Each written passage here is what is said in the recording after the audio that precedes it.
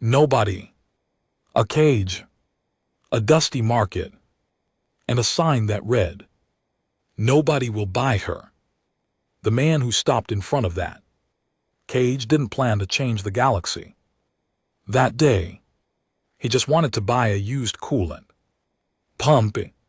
But the moment she looked up at him, silver eyes, chains on her wrists, 6 fingers on each hand, everything he thought he knew about humanity's place in the universe cracked wide open. And GT clears throat. And GT, in the next 20 minutes you're going to hear 3 things that'll stay with you. First, why every alien species in this galaxy had already given up on her, and why one ordinary human couldn't. Second, what she was actually carrying inside that cage, not just herself, something that would rewrite the balance of power between a dozen civilizations. And third, what happened when humanity, for the first time, was called the most dangerous species in the known galaxy, not because of weapons, not because of warships, but because of something far simpler. This is that story. Let's go. His name was Dax Mercer, 34 years old, ex-freighter mechanic, the kind of guy who fixed things for a living and tried not to ask too many questions about who owned them. He'd landed on Karath 3 days ago, chasing a parts contract, specifically a Haverson coolant pump, for a Vega-class hauler that a Tarathi shipping company had hired him to repair. Karath 4 was a dust bowl, a frontier trading post orbiting a dim orange star at the edge of what most civilized species called mapped space. Everyone else called it the edge of nowhere. The market there was called the Pale Bazaar, and it stretched for 2 km across cracked red clay, stalls selling ship components, dried alien proteins, contraband tech, medical compounds of questionable legality. And in the far back corner, past the livestock pens and the spice merchants, a section no one really talked about out loud. The trade stalls. Not goods trade, not barter for tech. Sentient trade. Dax knew it was there. He'd heard about it. He'd walked past that corner of every alien bazaar on 17 different worlds over the course of 11 years in deep space. And every single time he kept his eyes forward and his pace steady. Because you can't fix everything. That's what he told himself.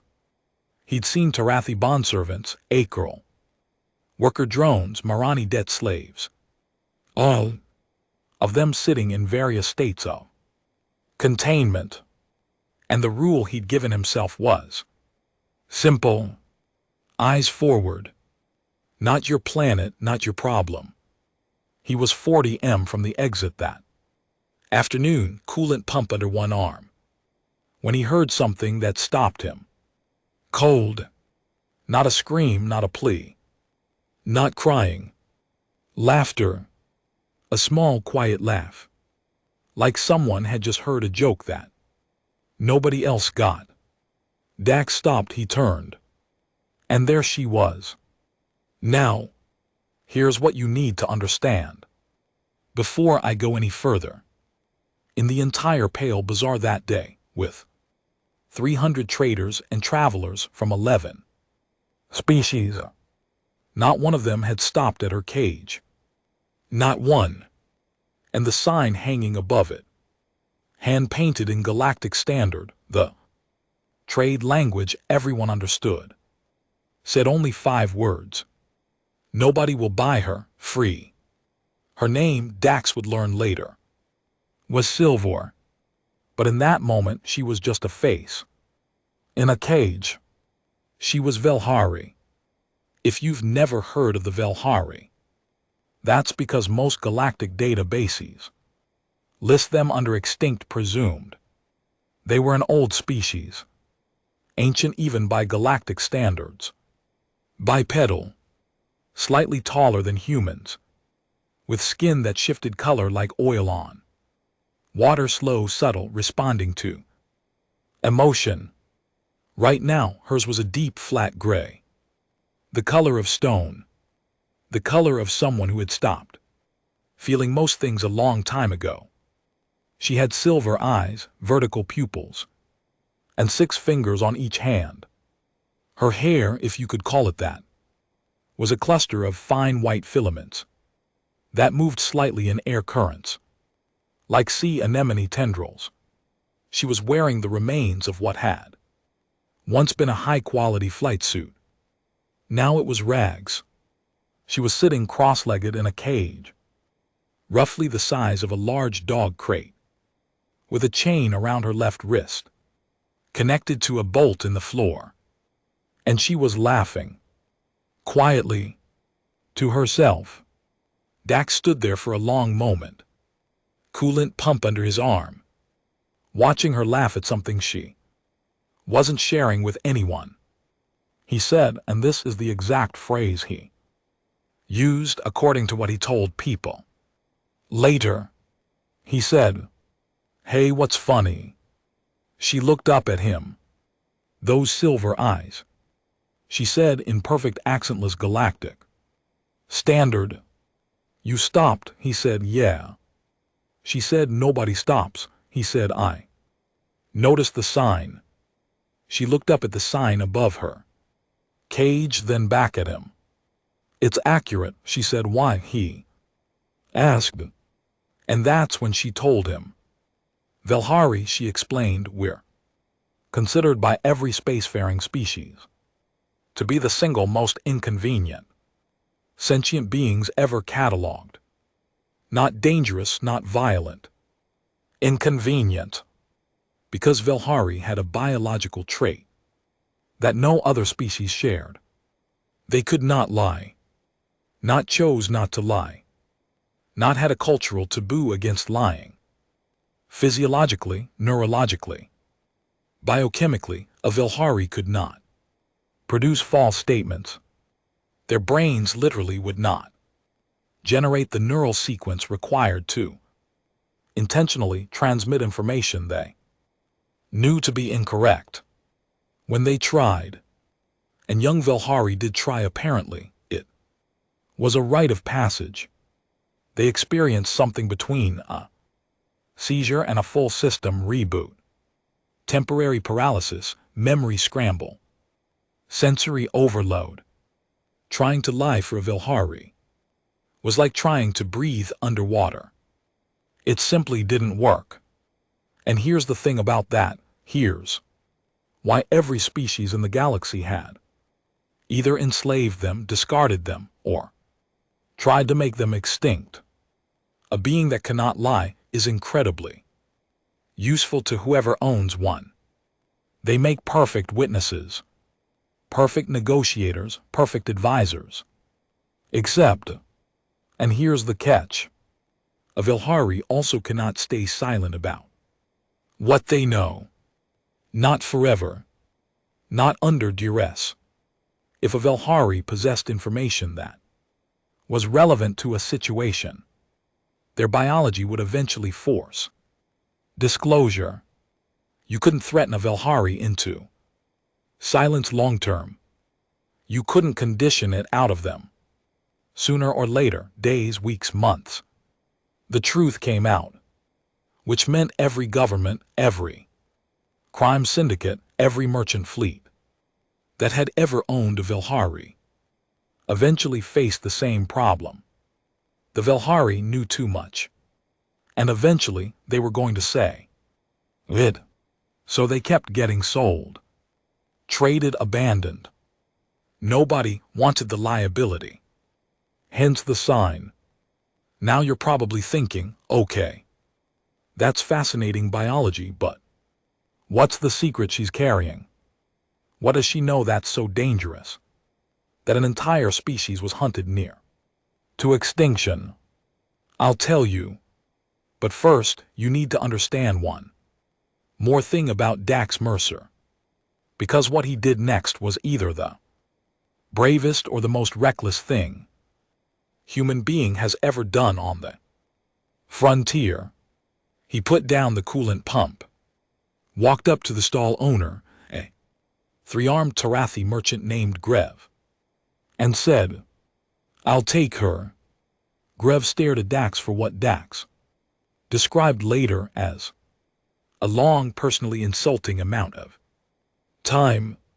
Then he said, "She's yours for nothing. I just want the paperwork off my name," which should have been the first warning sign when someone gives you something for free and their first request is to remove their name from the record. The thing they're giving you is not a gift. It's a problem transfer. Dax knew that. He signed the papers anyway. The chain came off Salvora's wrist. She stood up slowly. She was taller than Dax by about 4 in. Her skin shifted from flat gray to something with a faint gold undertone. Just barely. Just at the edges. Dax said, "My ship's a Vega-class freighter, bunk. Quarters. I fix engines for a living, that's about it." She said, "I know." He said, "How?" She said, "You have coolant residue on your left forearm. Vega-class coolant is teal-colored. You're carrying a Haverson pump, which means you're either repairing one or replacing two. Your boots are Terran make, so you're either human or a human affiliate. The calluses on your hands suggest manual work, not command. You don't have a crew badge, so you operate solo or small crew. And you stopped, which means you were either curious, foolish, or kind. Given the other evidence, I assessed kind." Dax stared at her for a moment. Then he said, "You're going to be a real handful, aren't you?" She said, "Yes." They walked back to the ship.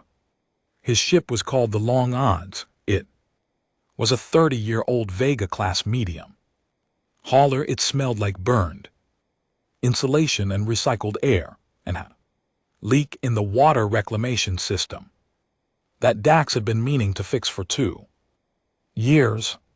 He showed her the spare bunk. He showed her the galley.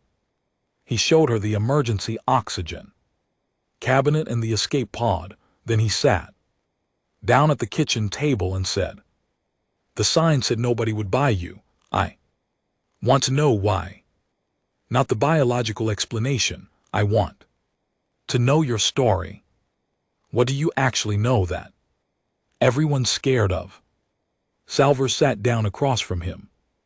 Her skin had shifted again, now a pale blue like shallow ocean water. That was new. He didn't know yet what blue meant. She said, "I will tell you, but I need you to understand something first. Once I tell you, it cannot be untold. And once you know, you will be in danger, real danger. Not frontier scuffle danger. Civilization scale danger." Dex said, "I grew up in Pittsburgh. I can handle it." She looked at him. "I don't know what Pittsburgh is," she said. "It's a city on Earth. It's rough. People from there are stubborn as hell." "Is that relevant?" "It's very relevant. Tell me." And she did. What she knew. What she had been carrying for 11 years. Through 14 owners and 2 failed escape attempts and 1 incident that had cost her 3 months of memory, was the location of the Velhari archive. Not a library. Not a data vault. The archive. The Velhari in their prime, 3,000 years ago, before the first purge, before the galactic consolidation, before humanity had even left its own solar system, had been the record keepers of the known. Galaxy. They had documented everything, not just histories, not just star charts, everything. The genetic sequences of every sentient species, the original territorial claims of every civilization, before the wars that rewrote them, the true causes of the 3 wars that the official galactic record claimed had been started by 3 different species, wars that, according to Sailvari, had actually all been engineered by one single organization that still existed, that currently held 4 seats on the Galactic Commerce Council, and that had been hunting the last surviving Velhari for 107 years, specifically to ensure that information never reached a court, a council, or a public record. The archive was hidden. She knew where she'd been born, knowing it was encoded in Velhari biology. Each individual carried a fragment of the location key. She was the last living Velhari. She carried the whole thing. Now stop for 1 second and think about what that means. Not for the galaxy, not for the politics. For Dax Mercer, 34-year-old ex-freighter mechanic from Pittsburgh who just wanted a coolant pump.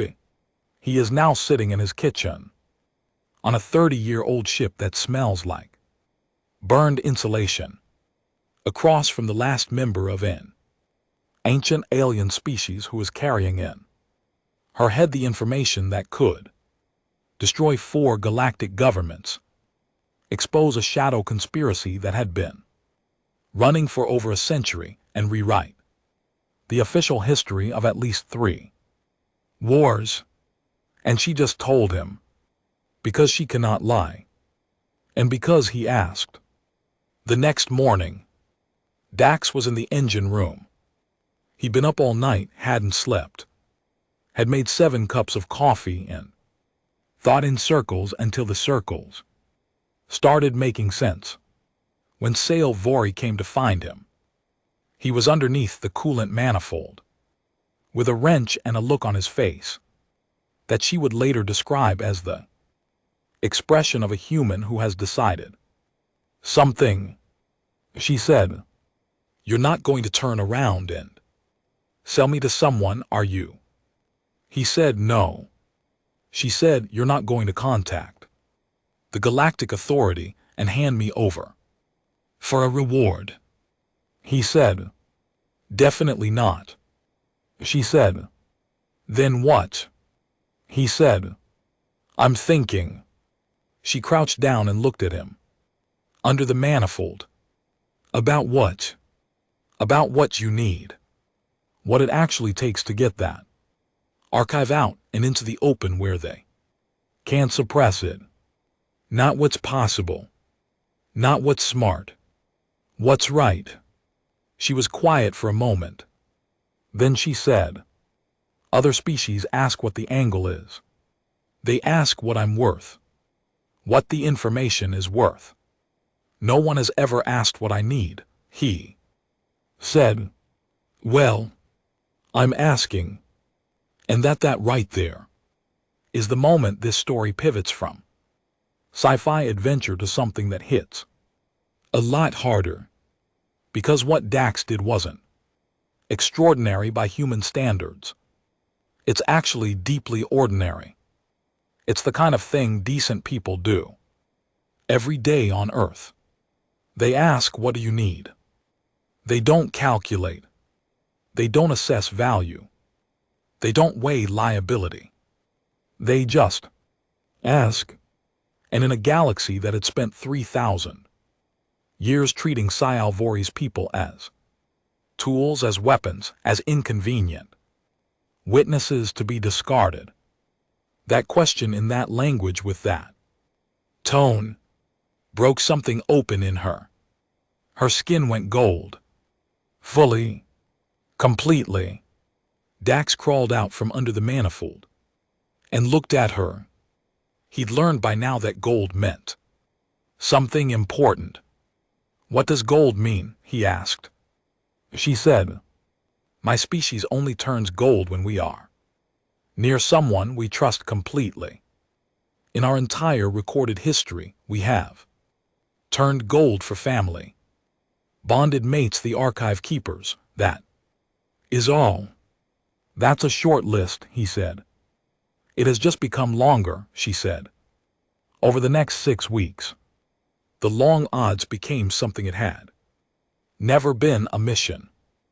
Dax called in every favor he had across 11 worlds. He got them forged transit papers through a retired Krell bureaucrat who owed him for a fusion cell repair that had saved his station 3 years ago. He got them a cargo cover through a Marani merchant who had been quietly anti-consolidation for a decade. He learned 17 words in Velhari because Silvery told him her people had 300 words for different types of truth, and he wanted to know at least a few of them. She taught him. In exchange, she asked him to tell her about Earth, not the official galactic registry description, which he said was sanitized, condescending, and factually incomplete. Real Earth. He told her about Pittsburgh, about the rivers, about the steel bridges, about how people there had a saying, you're from Pittsburgh, you can take a hit and keep moving. She said, your people have been hit many times. He said, yeah, but we're still here. She said, so am I. He said, yeah, you are. Now here's the part of the story that the galactic community did not see coming, that nobody saw coming. When they finally reached the archive, hidden in a cold, airless moon in an unmapped system that Sail Vori navigated entirely from memory, they weren't alone. 3 ships, moving in from 3 different vectors. 1 Torathi military frigate. 1 private vessel under consolidation. Colors, and 1 ship with no markings at all, which in deep space is always the most dangerous kind. Dax had 14 minutes to make a decision. And what he did in those 14 minutes is why this story was eventually written into human first contact records under the heading, The Mercer Precedent. He broadcast, not to the ships, to everyone.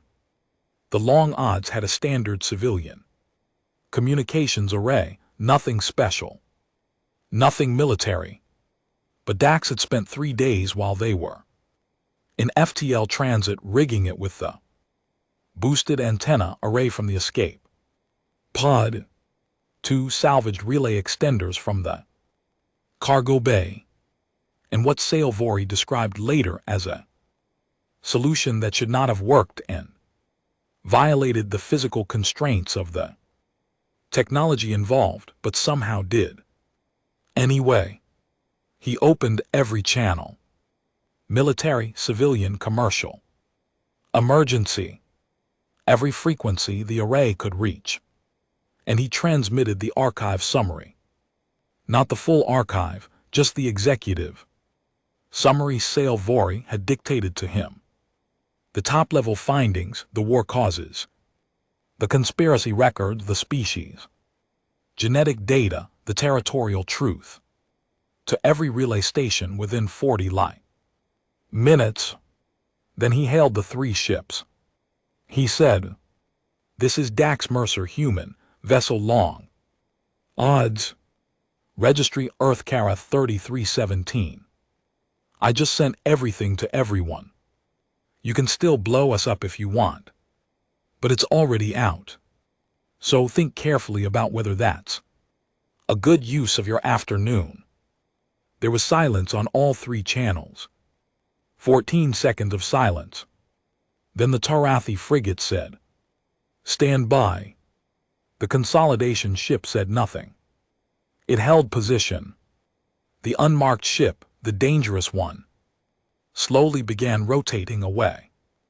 Not fleeing, just pointing a different direction, the way a predator does when it decides the hunt is no longer worth the cost.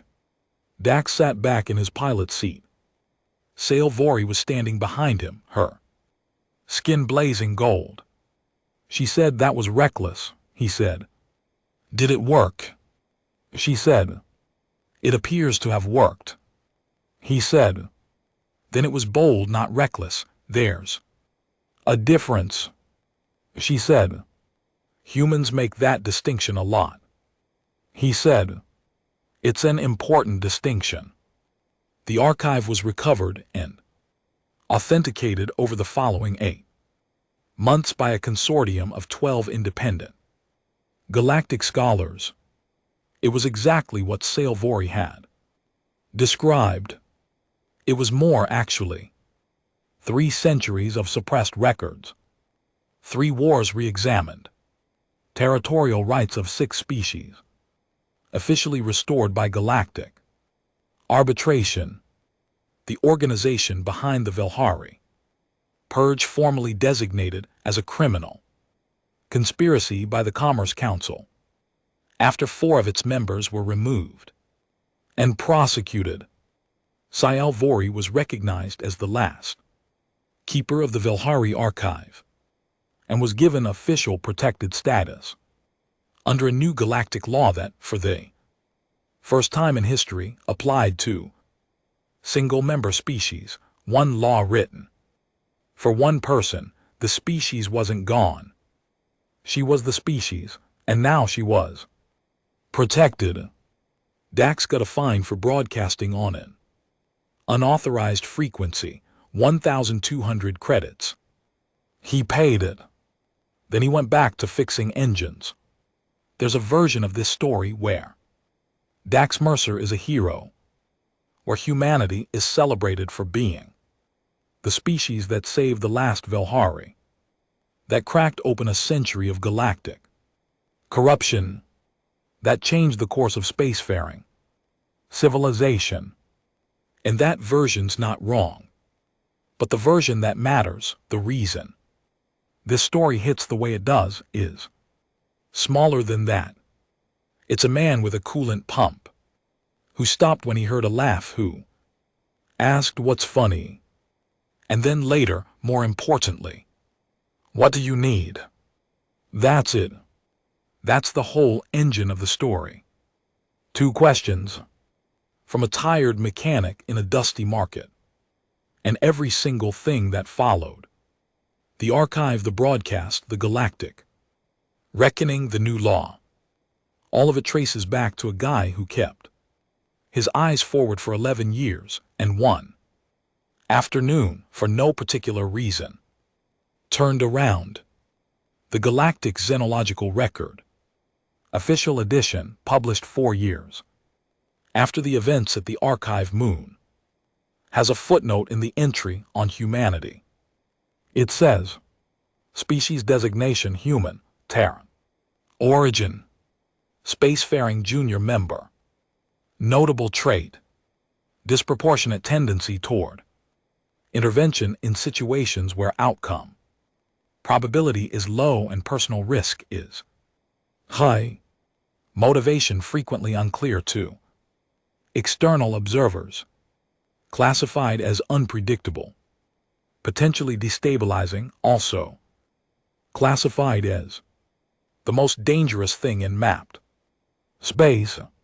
Not because of weapons, because of what they do when they decide something is wrong.